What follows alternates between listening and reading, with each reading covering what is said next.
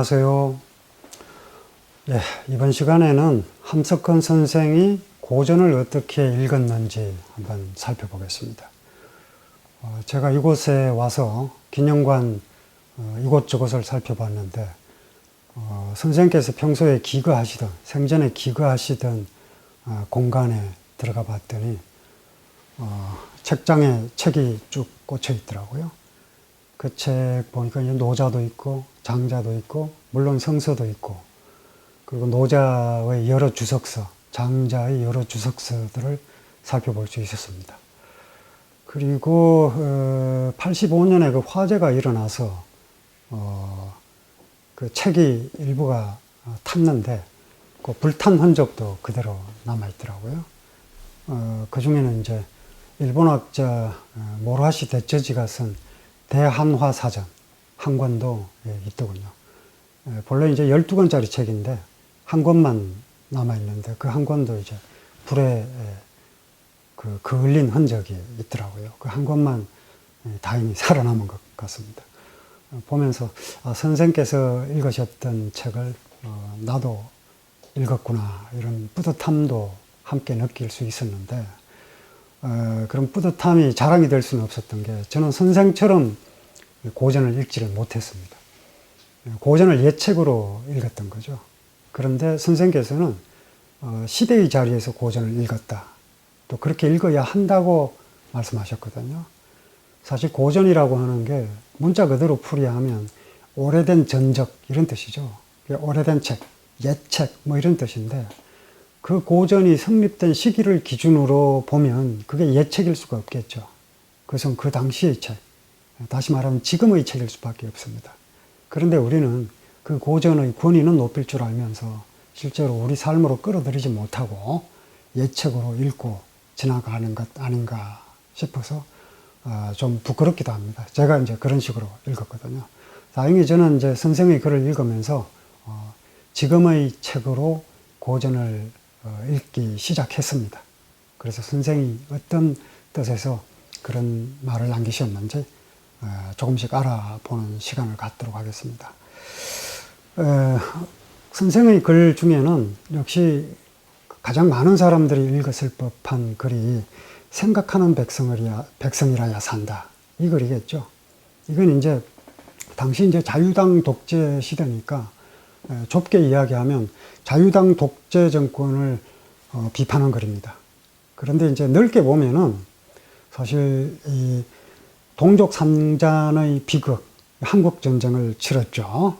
현대 한국 사회에서 가장 아픈 지점 중에 하나인데 그런 전쟁을 겪으면 어떤 가치가 가장 아름답게 여겨집니까? 말할 것도 없이 전쟁의 참호를 겪은 사람은 평화를 그만큼 갈구하게 되거든요. 그런데 그동안의 이 한국 현대사를 살펴보면 한국인들 모두가 평화를 향해서 움직였다고만은 볼 수가 없는 것 같습니다. 사실 그런 점은 자유당 독재 시절에는 더 심했겠죠. 그래서 사실은 전쟁을 겪고서도 자신을 돌아보지 못하는 한국인 모두를 향한 피맺힌 외침이었다. 이렇게 생각할 수 있습니다. 저도 그런 글을 접했던 게 제가 고등학교 시절에 저는 선생의 생전에 선생님을 뵌 적은 없습니다.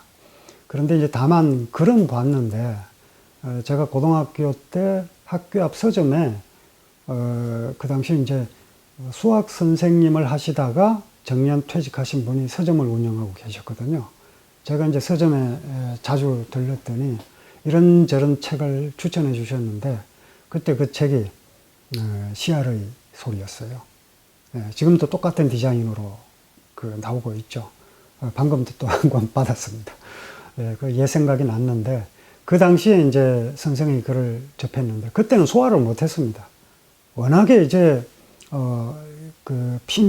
피어린 그런 외침을 계속 하셨기 때문에 어린 저로서는 감당할 수가 없었기 때문에 사실 깊이 있게 이해하지 못했습니다. 이후에 선생님께서 세상을 떠나시고 난 뒤에 그 글들을 연구하는 심정으로 읽었는데 그때부터 이제 저 또한 선생의 뜻을 찾는데 함께 했고 선생이 가셨던 길을 따라야 되겠다 이런 생각을 부끄럽지만 계속 하게 됐습니다. 저는 이제 이 글을 쓰기도 하고 또 글을 읽는 고전을 중심으로 해설하는 일을 계속해 왔기 때문에 유달리 선생님께서 이 고전에 대해서 풀이하신 그 내용들이 감명 깊게 다가왔습니다. 선생도 그렇고 선생의 스승이신 유영모 선생도 그렇고요. 이를테면 노자라는 책을 읽을 때 노자라고 하는 것은 위대한 성인이고 나는 그저 평범한 사람이라는 식의 그런 훈계조나 또는 삶에 대한 일방적인 간섭 이런 방식으로 고전을 읽지 않고 그야말로 살아가기 위해서 고전을 읽고 그 고전에 담긴 삶의 문법을 자신의 몸으로 체화하려고 했던 데서 크게 감명받았습니다. 그 일단을 오늘 몇 가지 소개해 볼까 합니다. 선생의 저항은요, 사실 모든 권위를 부정하는 것이기 때문에 이걸 뭐 사상가들이 분류 방식으로 하면 무정부주의자다 뭐 이렇게 얘기할 수도 있을 텐데 그렇게만은 볼 수가 없습니다. 이야기하기도 했는데 4.19 혁명을 겪고 난 다음에 어떤 글을 쓰셨냐면 학생은 혁명을 시작할 수는 있지만 혁명을 완성할 수는 없다 그랬어요. 그리고 5.16 군사 쿠데타가 일어나면서 그 쿠데타 주모 세력들이 그걸 혁명이라고 주장하니까 군인은 혁명할 수 없다 그랬습니다. 학생도 아니고 군인도 아니고 그냥 혁명은 누가 참된 혁명을 일으킬 수 있는가? CR만이 혁명할 수 있다 그랬거든요. 어디까지나 이게 CR, 그 백성민자를 CR로 옮긴 것인데 본래 백성민이라고 하는 건 피지배라는 전제, 지배하는 자가 아니라는 전제가 깔린 말이기 때문에 상당히 불편한 얘기입니다. 백성민자는. 그런데 그걸 CR로 바꾼 거죠. 이것은 모든 가능성을 잉태하고 있는 어떻게 보면 이 우주 전체의 기가 그 CR 하나 속에 압축되어 있다고 얘기할 수 있습니다. 그 CR이 혁명할 수 있다. 이렇게 얘기를 했죠. 그러니까 CR의 입장에서 모든 권위, CR을 탄압하는 모든 권위에 저항을 했는데 그 저항의 방식이 참으로 독특합니다. 이를테면 이런 식이에요. 늘 이제 글을 쓰고 강연을 하면서 권력을 비판했는데 이게 유신 정권 때 이 박정희 정권이 이제 이른바 그 표충사 정화 작업을 한 적이 있어요. 그때 이제 이 박정희가 그 전라남도 해남에 있는 표충사를 방문하고 그리고 이제 그 선양 사업, 정화 사업 이런 걸 한 적이 있단 말이에요. 그걸 두고 함석헌 선생이 어떻게 비판을 했냐면 이 표충사라고 할 때 표는 표시하다, 드러내다 이런 뜻이고 충은 충성 충자거든요. 가운데 중자 밑에 마음 십자 붙어 있는 거예요. 그 충을 드러내는 사당이다 이런 뜻으로 이제 표충사라 그랬는데 함석헌 선생은 그걸 글자를 바꿉니다. 어떻게 바꾸냐면 벌레 충자로 바꿔요. 표충. 이건 벌레 같은 충성이다 이런 식으로 얘기를 해요. 이게 이제 사실 노자식입니다. 이 시간 뒤에 또 노자를 살펴볼 텐데 함석헌 선생이 노자를 어떻게 읽었는가 그걸 살펴볼 텐데 노자식이라고 하는 게 이를테면 겉으로 번드러하게 드러나는 충은 참된 충이 아니에요. 그런 방식의 고전 읽기를 통해서 권력과 싸웠던 거죠. 그 박정희 군사 독재 정권만이 아니라 그 이전에 제가 앞선 시간에 말씀드렸다시피 일제와 저항을 하고 성서를 통해서 저항을 하고 그리고 자유당 독재 그리고 박정희 군사 정권과 저항을 했는데 그럴 때마다 늘 인용하는 게 동아시아 고전과 성서를 인용하면서 현실을 비판하는 거예요. 고전이 가지고 있는 가장 중요한 기능 중에 하나가 현실 비판 기능이거든요. 그런 점에서 선생처럼 고전을 읽는 방식이야말로 사실 고전을 제대로 읽는 것이다 이렇게 얘기할 수 있습니다. 왜 그러냐면 사실 이제 그 동아시아 고전 중에서 가장 오래된 책이 뭐냐 하면 시서예요. 선생의 서가에는 시경도 꽂혀 있더라고요. 그 시경과 서경을 합쳐서 시서라고 하는 것인데 그럼 동아시아에서 가장 오래된 금서, 금지된 책이에요. 금서가 뭐냐? 그것도 시서입니다. 시서가 가장 먼저 탄압받았던 책이거든요. 여러분들 잘 아시다시피 진시 황제가 저지른 분서갱유. 분서는 책을 불태운다는 뜻이고 갱유는 유학자를 생매장한다 이런 뜻입니다. 책만 불태우지 않고 사람까지 불태운 이유는 그 책의 내용을 머릿속에 기억하고 있는 사람까지 없애야 그 위험한 사유를 없앨 수 있다고 생각했던 거죠. 그래서 책을 불태우면 사람을 불태우는 지경에 이르거든요. 실제로 현대사회에 독일의 나치가 그런 만행을 저질렀잖아요. 예. 그렇게 보면 이제 이 고전이라고 하는 것은 언제든지 금지될 수밖에 없는 책인데 바로 그런 고전을 읽으면서 현재의 권력에 비판하는 것. 이게 가장 권력자들에게 두려웠던 거죠. 그래서 사실 진시황제의 분서갱유도 이사가 그 분서갱유의 정당성을 이야기하면서 뭐라 그러냐면 이 고전, 시서라고 하는 것, 시서만이 아닙니다. 뭐 실용서나 법률서를 빼고는 모조리 불태웠단 말이에요. 그러면서 하는 얘기가 이고 비검이다. 옛것을 가지고 와서 지금의 정치를 비난한다. 그래서 없애야 된다. 현실의 권력에 저항하고 위협을 가하는 것이 고전의 역할이었다고 하는 걸 탄압하는 자들은 분명히 알고 있었던 것이죠. 그렇다면 우리가 고전을 읽을 때도 굉장히 중요한 기능 중 하나가 고전을 통해서 지금의 내 삶을 반성하고 또 현실의 권력을 비판할 줄 알아야 되겠죠. 그런 방식의 고전 읽기를 가장 잘했던 분이 함석헌 선생입니다. 그런데 이 방식이 참 재밌어요. 논어나 맹자 같은 유가문어는 말할 것도 없습니다. 그 뭐 논어나 맹자 같은 책은 바로 이제 돌직구가 들어가 있거든요. 이를테면 노나라의 실권자였던 개강자가 공자에게 물어요. 백성이 도둑질을 자꾸 하는데 어떻게 하면 좋겠느냐 이렇게 물으니까 공자가 그 실권자한테 뭐라 그러냐면 당신이 도둑질하지 않으면 상을 줘도 백성들이 도둑질하지 않을 것이다 이런 식으로 얘기를 합니다. 당신이 큰 도둑이란 얘기죠. 실제로 그 개강자라는 권력자는 그 후계자 자리를 훔친 자입니다. 그러니까 가장 큰 걸 훔친 자예요. 그런데 백성들이 이제 먹고 살기 위해서 빵 훔치고 하는 거예요. 그 당시엔 빵이 없었지만 떡 훔치고 뭐 이런 걸 이제 탓하고 처벌하려고 하니까 공자가 보기에 이제 한심했던 거죠. 그리고 뭐 돌짓고 굉장히 많습니다. 맹자도 마찬가지입니다. 뭐 맹자 같은 경우에 제나라 왕이 맹자에게 물어요. 선생님, 훌륭한 신하는 어떤 사람입니까? 그러니까 맹자가 뭐라고 대답을 하냐면 훌륭한 신하는 임금이 잘못을 저지르면 말린다. 간한다. 간한다고 하는 게 아랫사람이 윗사람의 잘못을 말리는 거죠. 그 다음 문장이 가관입니다. 삼간이 불청. 3번 간했는데도 임금이 듣지 않으면 여기 임금 자리를 바꿔버린다. 이런 식이죠. 그런 내용을 통해서 권력을 비판하는 거죠. 함석헌 선생이 맹자에서 가장 즐겨 이야기했던 대목은 민위기예요. 백성이 가장 존귀하다. 사직차지. 국가는 그 다음이다. 그리고 군위경. 임금은 가장 가벼운 존재다. 이렇게 얘기를 합니다. 사실 백성 씨알이니까. 나라에서 씨알의 존재가 가장 중요하고 그리고 국가라고 하는 공동체는 그 다음이다. 공동체는 씨알을 위해서 있다. 이렇게 얘기를 한 거죠. 맹자에 나오는 이야기입니다. 그리고 권력자는 가장 가벼운 존재고 권력자는 언제든지 바꿀 수 있는 존재. 뭐 이게 이제 맹자의 혁명론인데 그 대목을 가장 즐겨 인용하셨습니다. 맹자의 민위기요. 그런가 하면 이제 노자장자 같은 경우에 그 당시 대부분 노자를 언둔이나 도피로 읽었어요. 굉장히 이제 무기력한 지식인의 모습으로 노자를 읽었는데 함석헌 선생은 본격적인 내용은 이제 다음 시간 노자, 그 다음 시간에 장자를 통해서 알아볼 텐데 함석헌 선생은 전혀 다르게 읽습니다. 저항의 논리로 읽어요.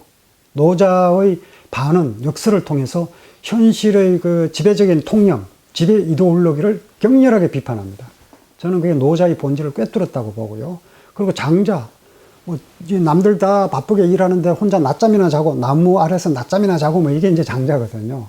그래서 굉장히 무능력, 무기력한 지식인 뭐 이렇게 이제 치부되기 쉬운데 함석헌 선생은 그걸 저항으로 읽어내요. 일종의 반전으로 읽어냅니다. 아주 탁월한 견해예요. 저도 사실 노자를 현실 도피, 언둔 이런 방식으로 읽다가 읽으면 그런 생각이 들긴 해요. 왜냐하면 뭐 붕새를 타고 구만리 장천을 솟구쳐 올라서 6개월 동안 쉬지 않고 남쪽으로 날아가고 뭐 이런 식으로 이제 이야기가 시작되니까 사실은 일종의 판타지. 현실이 이제 힘들고 어려우니까 그런 판타지의 식으로 세계로 도망쳐버리는 듯한 느낌이 들거든요. 그런데 선생은 그 부분에서 이것은 현실이 지옥이었기 때문에 이런 이상향을 얘기하면서 현실을 비판한 것으로 이해를 했습니다. 그래서 단순히 문학이 아니라 저항의 이론으로 읽어냈다는 점에서 정말 탁월한 지점이 있습니다. 그뿐만이 아닙니다. 이를테면 최추원의 그 글을 이야기하면서 최추원의 글은 이제 굉장히 유명한 게 토황소 경문이죠. 당나라 때의 농민군 영수였던 그 당나라 입장에서 보면 반란군이죠. 농민 반란군의 그 수괴 뭐 이렇게 얘기를 하는데 사실 농민이 반란을 일으켰다는 얘기는 뭡니까? 먹고 살기 힘들어서 봉기한 거예요. 벌떼처럼. 그걸 반란이라고 할 수 없겠죠. 권력을 가진 자가 그 공동체의 목적과 어긋나게 움직일 때 그것이 반란이지 어떻게 농민이 먹고 살자고 일어난 것을 반란이라고 할 수 있겠습니까? 물론 이제 이건 요즘 입장에서 민주주의 사회의 관점에서 보는 것이지만 어쨌든 그 당시에 이 당나라의 입장에서 볼 때는 황소는 그 반란군이고 그리고 그 반란군의 수괴인 황소를 치는 글이 토황소 경문입니다. 최추원이라는 유학자는 당나라 입장에서 볼 때는 그 당시에는 이제 문명의 중심이 당나라였다고 할 수 있는데 동쪽 끝에 있는 다른 나라 신라에서 온 유학자가 반란군의 수괴를 치는 경문을 썼는데 그게 이제 천하의 명문이에요. 그렇게 되니까 그 최추원의 이름이 온 천하에 알려졌단 말이에요. 그러니까 결국엔 최추원의 글은 본래는 당나라 권력자의 입장에서 쓰여진 글입니다. 그러니까 지배자의 입장에서 피지배자의 봉기를 공격하는 비판하는 그런 글이었는데 함석헌 선생은 그 글마저도 다른 방식으로 인용을 해요. 그 글을 인용하면서 군사독재를 비판하거든요. 뭐라고 얘기했냐면 그때 이제 그 원문을 그대로 말씀하셨는데 이제 꿈틀거리는 백성이라야 산다는 글이 있습니다.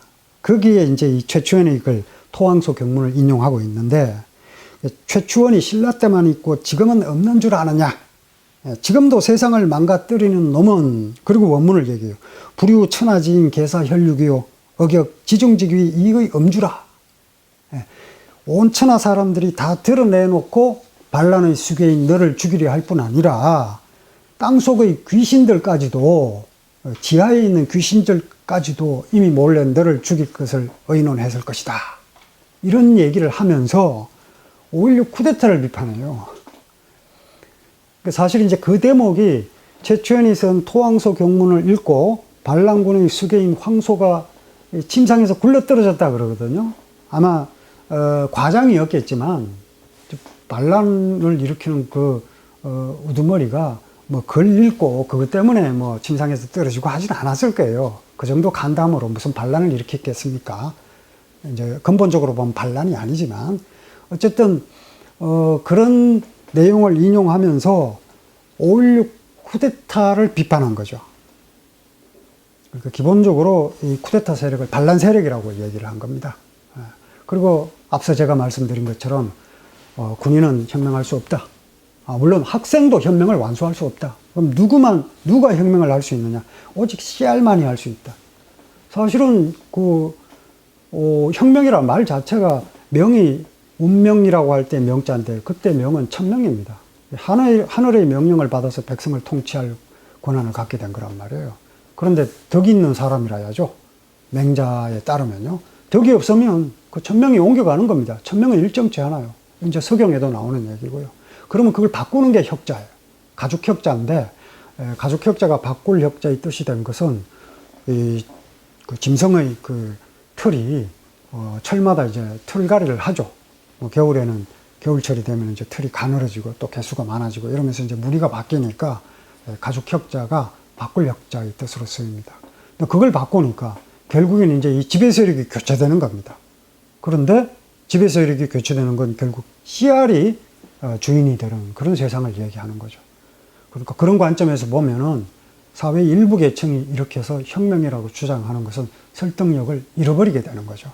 그런 점에서 더욱이 이제 군사 쿠데타니까 그런 관점에서 황소경문 원래 지배자의 입장에서 쓰여진 것이지만 그것을 CR의 입장에서 바꾸어서 군사 쿠데타를 비판한 거죠.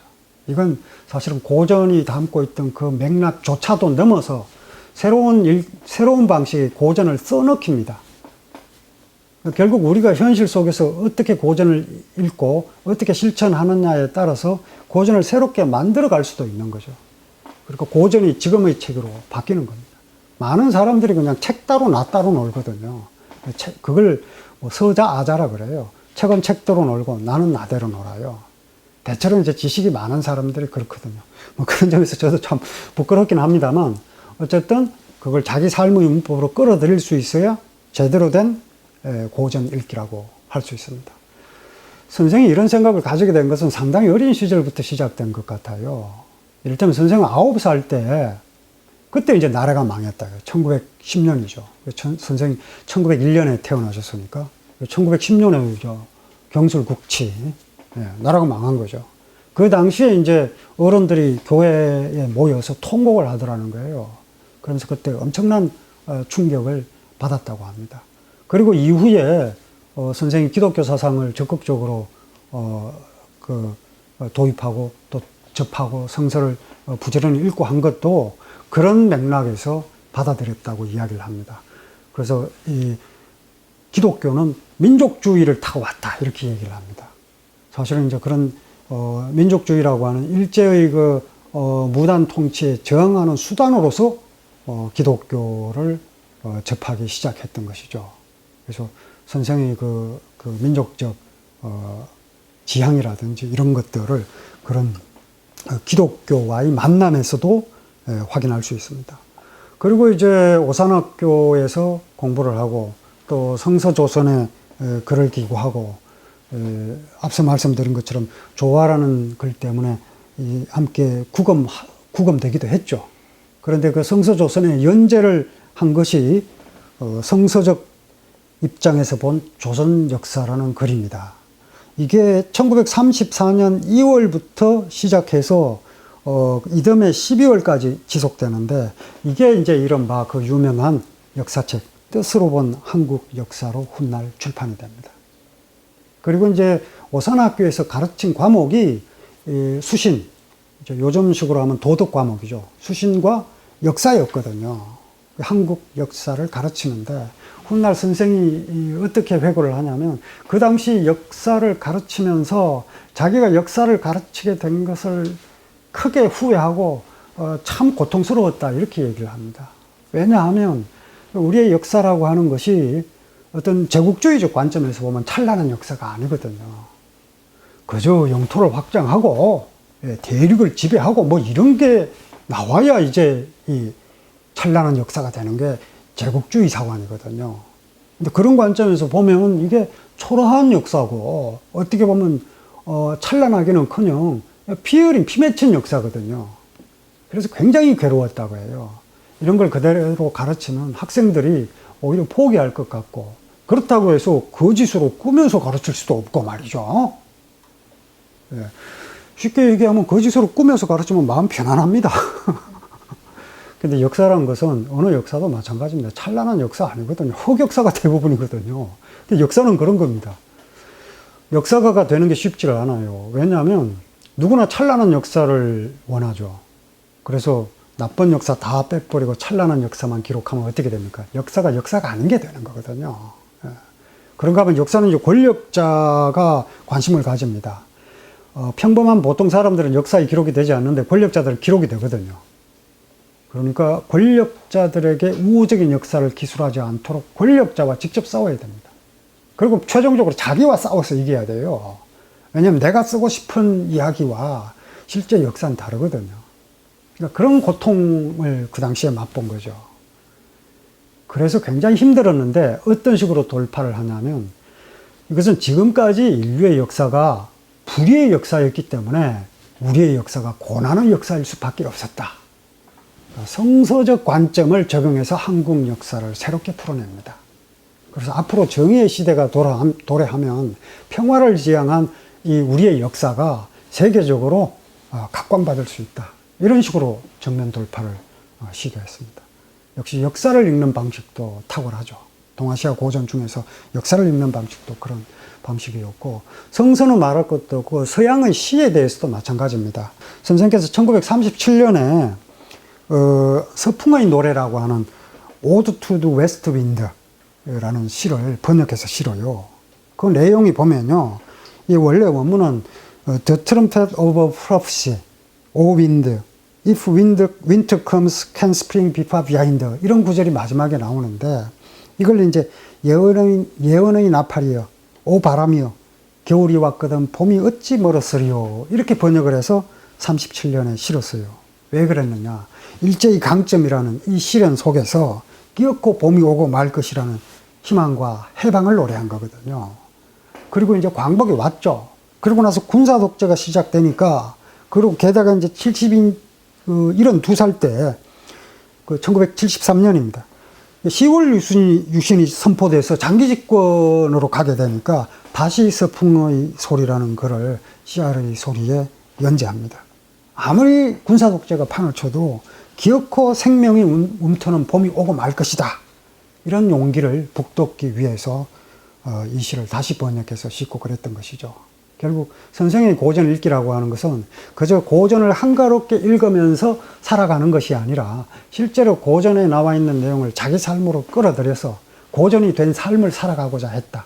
그리고 자신의 실천을 통해서 고전을 새로 만드는 그런 방식의 책 읽기였으니까 선생의 이 고전 읽기는 눈으로 읽는 것이 아니라 사실 발로 걸어가면서, 그리고 스스로 발언하면서, 세상과 불화하면서, 권력과 싸우면서 읽었던 고전 읽기라고 할 수 있습니다. 그런 점은 오늘 우리가 고전을 읽을 때도 본받아야 할 점이 아닌가 싶습니다. 이렇게 선생이 전체적으로 고전을 어떻게 이해했는지를 살펴봤고요. 그리고 남은 시간, 또 다음 시간에는 선생이 노자를 어떻게 읽고 또 장자를 어떻게 읽었는지 살펴보도록 하겠습니다.